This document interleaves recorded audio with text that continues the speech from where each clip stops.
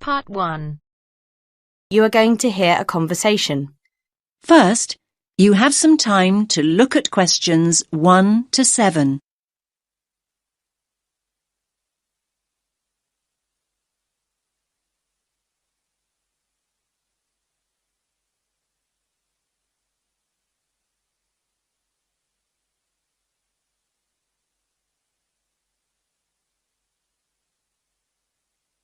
Listen carefully to the first part of the conversation and answer questions 1 to 7.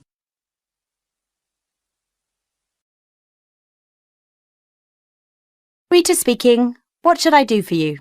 Oh, hi. I'd like to order some stationery. Could I know your name? Jackson Paris. Right. Can I just confirm your account number and the name of your company, Jackson? Sure. The number is 692411. 692411. Right. And you're from Rainbow Computer? No, the company is Rainbow Communications. Oh, OK. I'll just fix that on the system. Communications. And what would you like to order, Jackson? Envelopes. We need a box of A4, that is, normal size envelopes. White, yellow or manila? We'll have the plain white, please, but the ones with the little windows. OK, one box. A4, white. Just one box, was it? On second thoughts, make those 2 boxes. We go through heaps of envelopes. As a matter of interest, are they made from recycled paper? No, you can't get white recycled paper. The recycled ones are grey, and they're more expensive, actually. Right, we'll stick to white then. Something else, Jackson? Yes, we need some coloured photocopy paper. What colours do you have? We've got purple, light blue, blue, light green, whatever you want pretty much. There are 500 sheets on the pack. Let me see. We're going to need a lot of blue paper for our new price lists. So can you give us 10 packs, please? Make sure it's the light blue, though. 10 packs of the light blue. Anything else that we can help you with? Let me think. What else do we need? I'm sure there was something else. Pens, paper clips, fax paper, computer supplies, office furniture. Oh, yes. We need floppy disks. Do you have those nice coloured ones? Yes, but they're a bit more expensive than the black ones. That's all right. I'm not paying anyway. Right, floppy disks. What about diaries next year? We've got them in stock already, and it's a good idea to order early. No, I think we're all right for diaries, but something we do need is one of those big wall calendars. You know, one that shows the whole year at a glance. Do you stock those? We certainly do. OK, can you include a wall calendar then, with the other stuff? Just make sure it's got the whole year on the one side. Sure. Now you have some time to look at questions 8 to 10.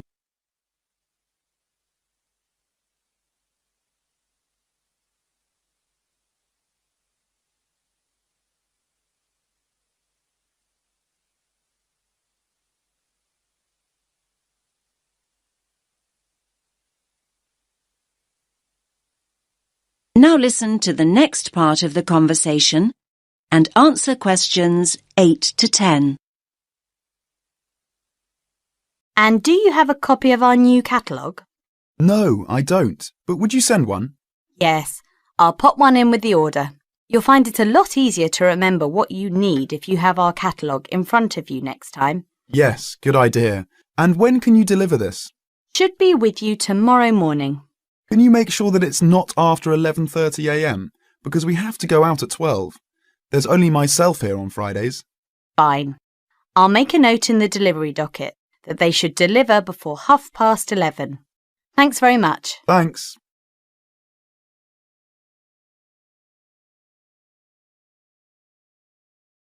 That is the end of Part 1. You now have half a minute to check your answers.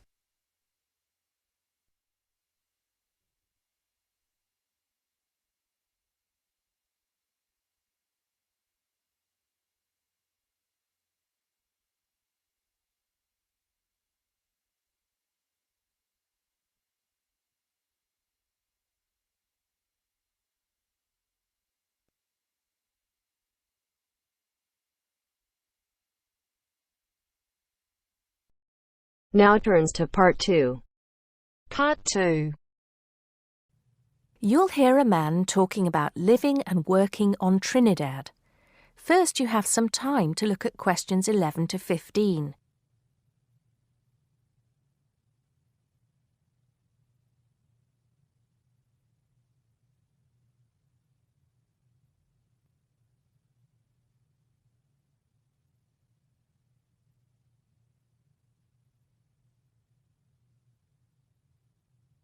Now listen carefully and answer questions 11 to 15.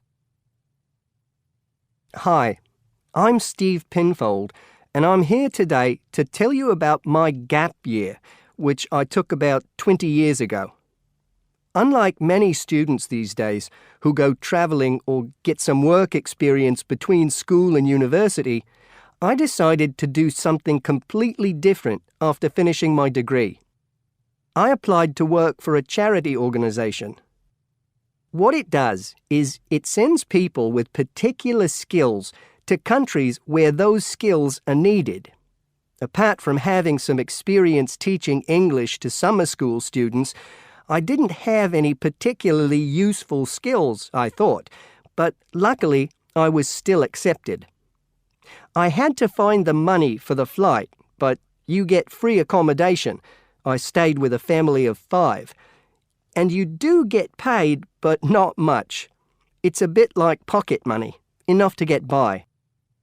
I worked in an orphanage and taught English at a local school. Where was I? Well, originally I was going to be sent to a village in India, but at the last minute the organisation decided to send me to Trinidad. Now, this is a fascinating place. It's an island in the Caribbean. Well, in fact, the country is actually 2 islands. The smaller one is called Tobago, which is connected somehow to the word tobacco.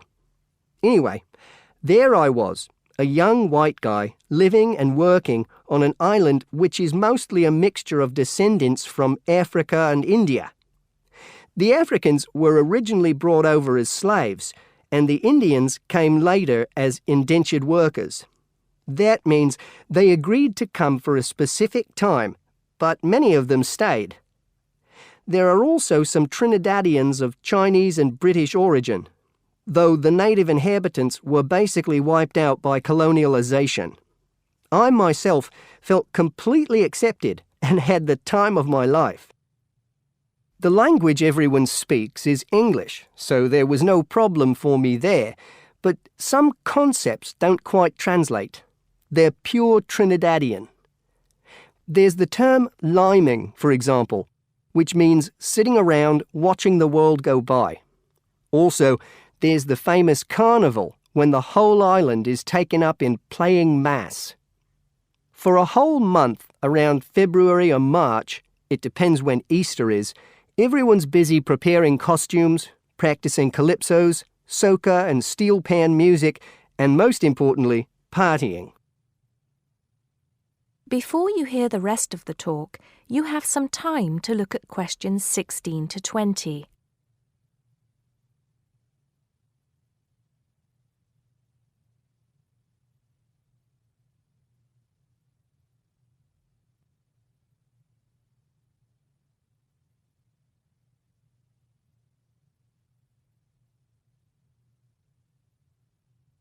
Now listen and answer questions 16 to 20. When the actual official carnival starts, it's days of 24-hour dancing in the streets. In Trinidad, it's called whining. You've probably seen this sort of thing on TV, in the more famous carnival in Rio, or even at the Notting Hill Carnival in London. Many people joined bands, each one of which has a theme. For example, the Sea or Jungle Fever, and they have costumes designed and made to go with the theme. These can cost $1,000 for the king and queen of each band. They're incredible. The whole city is a non-stop party zone full of colour and sound. It's serious too. The bands are in competition and the winner gets $1 million. Sorry, I got a bit carried away with those memories. Back to my real job there. The orphanage was called St. Augustine's, and that's also the name of the place where it was, St. Augustine, a town just outside the capital city, Port of Spain. I didn't have any particular job description, just to be with the children and tell stories, sing songs and play games. Oh, and we also went camping in the jungle once. I could tell you a few stories about that particular escapade. Every time I arrived at the gate, kids would come running towards me, shouting, with big smiles on their faces. The younger children seemed fascinated by my blonde hair and loved to touch it as if it was something miraculous. The English teaching I did 2 days a week in a primary school for 6 to 11-year-olds. The kids may have been poor, but they all wore neat and clean uniforms and were so respectful and enthusiastic. I've now been teaching for many years in different countries, and I still think those were the best students I've ever taught. What else did I do while I was there? I swam a lot. Can you imagine what it's like swimming with dolphins and with pelicans diving into the sea right next to you? More seriously, I trained to be a Samaritan. That's someone who listens and supports people who have problems with their lives. Overall, what I took from the experience was a sense of being in another culture, or rather cultures. As humans, we all share many characteristics, but we express ourselves in various ways. In Trinidad, there are lots of different communities and religions, and so many different kinds of festival to see. Hindu, Muslim, Christian, as well as some rather mysterious African traditions. There are quite a few Rastafarians too. Trinidad is, as Americans are fond of saying of their own country, a melting pot, where everybody is greeted warmly. Go and see for yourself. I'm not sure how it's changed since I was there, but I'd love to find out.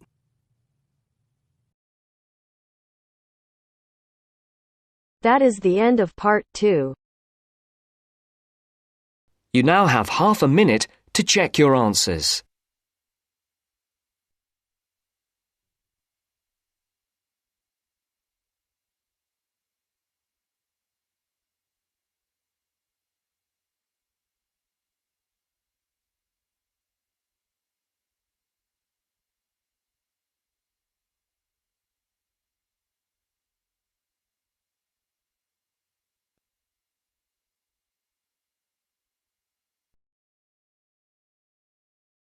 Now turns to part 3. Part 3. First, you have some time to look at questions 21 to 26.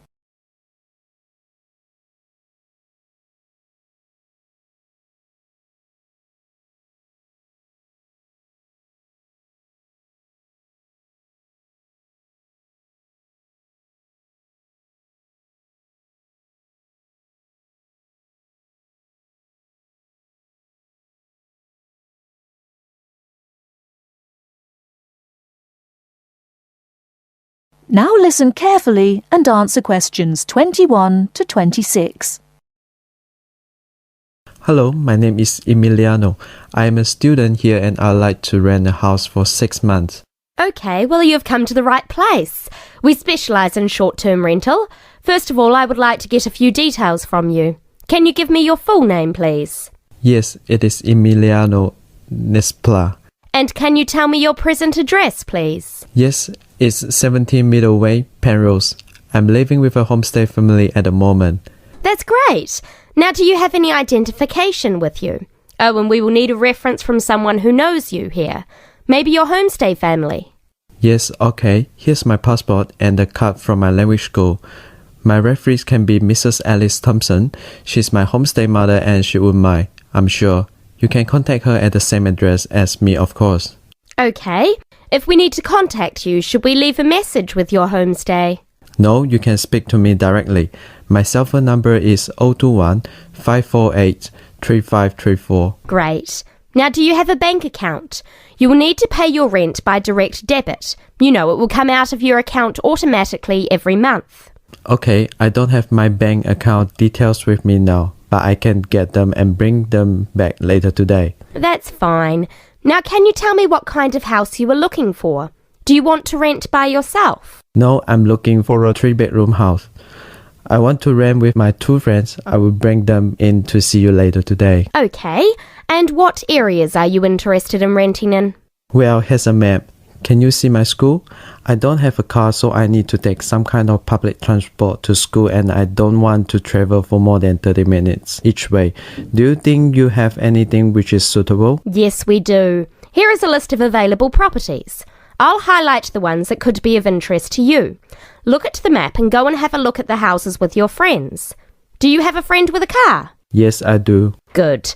So go and look outside the houses. It will give you an idea of what the area is like. But remember, don't go into the garden or knock on the door. If you want to go in and have a look, let me know and we can arrange an appointment. Okay, can you give me an idea of price? Yes. If you look at the list, you can see the weekly rent written next to the house address. Oh yes, I can see it now. Do I need to pay anything else? Yes, you need to pay a deposit which you will get back when you move out, and you have to pay a non-refundable agent fee which is equivalent to 1 week's rent. You will have to pay your bills when they come in every month too, of course. Okay, well, thank you very much for your help. What time should I come back with my friends and my bank details? How about 2:30 this afternoon? That sounds good. Thank you for your help. I'll see you later. Thanks for coming in. Goodbye.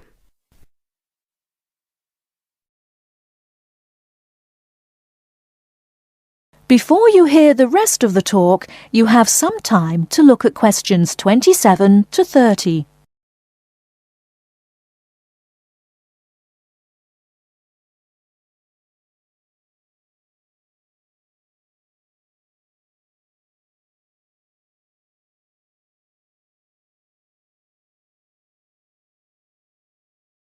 Now listen and answer questions 27 to 30. Hey, don't throw that can away. Why not? I finished with it. Yes, but you can recycle things like that. Oh, I haven't got time to recycle everything I throw away. That's a terrible attitude. Don't you care about... Hello, you two. Hi, John. What are you arguing about? Oh, Sam says he doesn't have time to recycle. What do you think? Well, I agree that it can be difficult sometimes. Do you always recycle everything then, Mary? Yes, I think everyone should. I mean, look at the state of the planet. If we don't all start making an effort now, it could be too late. Well, one of the reasons I don't recycle as often as I should is that I don't really know where to go. There are no recycling facilities near me. Well, I know I said I haven't got time, but actually there is a bottle bank near the supermarket just up the road. So I suppose there are limited local facilities. So you can do your recycling outside the supermarket? Yes, but like I said, only limited. It's only a bottle bank. Well, I don't have a car, so it's very difficult for me, but I still do it. Sometimes a friend comes over and we take our recycling together, but not very often. So if your facilities are limited, then mine are very limited. Well, I suppose if you go to all that trouble, I might make more of an effort. Good. If it was up to me, I'd encourage more people to recycle. How? Well, how about some kind of incentive? A reward for anyone who makes an effort to recycle? That's a good idea. But if you think everyone should recycle, then why not penalise those who don't recycle instead of giving something to people that do?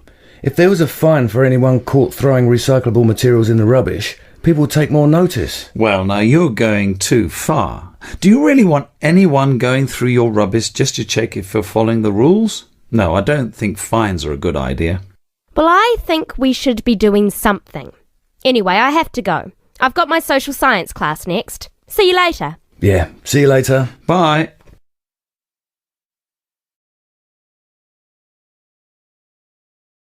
That is the end of part 3. You now have half a minute to check your answers.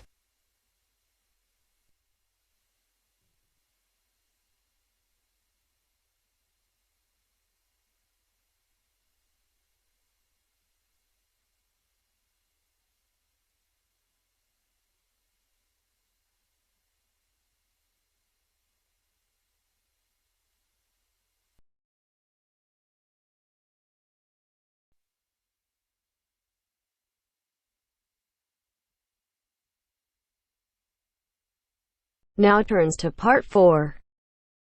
Part 4.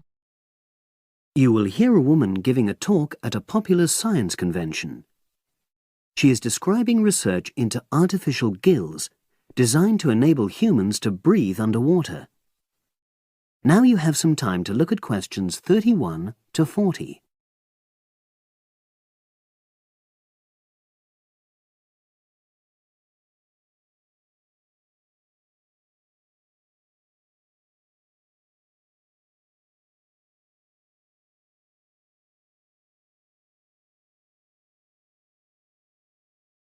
Now listen and answer questions 31 to 40. In my talk today, I'll be exploring the idea of artificial gills. I'll start by introducing the concept, giving some background and so forth, and then I'll go on to explain the technological applications, including a short, very simple experiment I conducted. Starting with the background. As everyone knows, all living creatures need oxygen to live.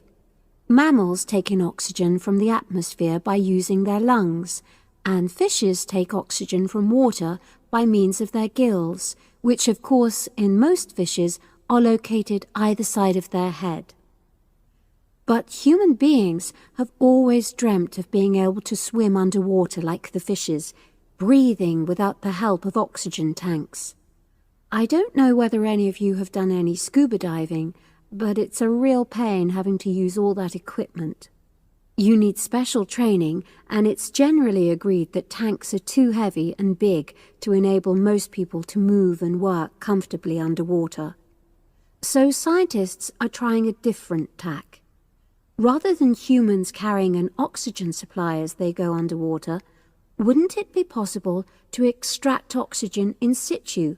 That is, directly from the water while swimming. In the 1960s, the famous underwater explorer Jacques Cousteau, for example, predicted that one day surgery could be used to equip humans with gills. He believed our lungs could be bypassed and we would learn to live underwater just as naturally as we live on land. But of course, most of us would prefer not to go to such extremes. I've been looking at some fairly simple technologies developed to extract oxygen from water, ways to produce a simple, practical artificial gill enabling humans to live and breathe in water without harm. Now, how scientists and inventors went about this was to look at the way different animals handled this. Fairly obviously, they looked at the way fishes breathe, but also how they move down and float up to the surface using inflatable sacs called swim bladders. Scientists also looked at animals without gills, which use bubbles of air underwater, notably beetles.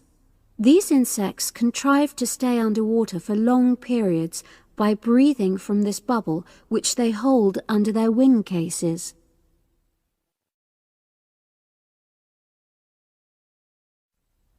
By looking at these animal adaptations, inventors began to come up with their own artificial gills. Now, making a crude gill is actually rather easy, more straightforward.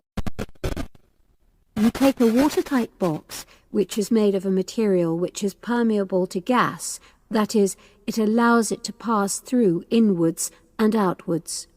You then fill this with air, fix it to the diver's face, and go down underwater. But a crucial factor is that the diver has to keep the water moving so that water high in oxygen is always in contact with the gill, so he can't really stay still. And to maximize this contact, it's necessary for your gill to have a big surface area. Different gill designers have addressed this problem in different ways, but many choose to use a network or lattice arrangement of tiny tubes as part of their artificial gills. Then the diver is able to breathe in and out. Oxygen from the water passes through the outer walls of the gill, and carbon dioxide is expelled. In a nutshell, that's how the artificial gill works. So, having read about these simple gill mechanisms, I decided to create my own. I followed the procedure I've just described, and it worked pretty well when I tried it out in the swimming pool. I lasted underwater for nearly 40 minutes. However, I've read about other people breathing through their gill for several hours. So the basic idea works well, but the real limitation is that these simple gills don't work as the diver descends to any great depth because the pressure builds and a whole different set of problems are caused by that. Research is being done into how these problems might be overcome, but that's another story, which has to be a subject of another talk. Despite this serious limitation, many people have high hopes for the artificial gill, and they think it might have applications beyond simply enabling an individual to stay underwater for a length of time. For example, the same technology might be used to provide oxygen for submarines, enabling them to stay submerged for months on end without resorting to potentially dangerous technologies such as nuclear power. Another idea is to use oxygen derived from the water as energy for fuel cells. These could power machinery underwater, such as robotic devices. So, in my view, this is an area of technology with great potential. Now, if anyone has any questions, I'd be happy to answer. Yes, lady at the...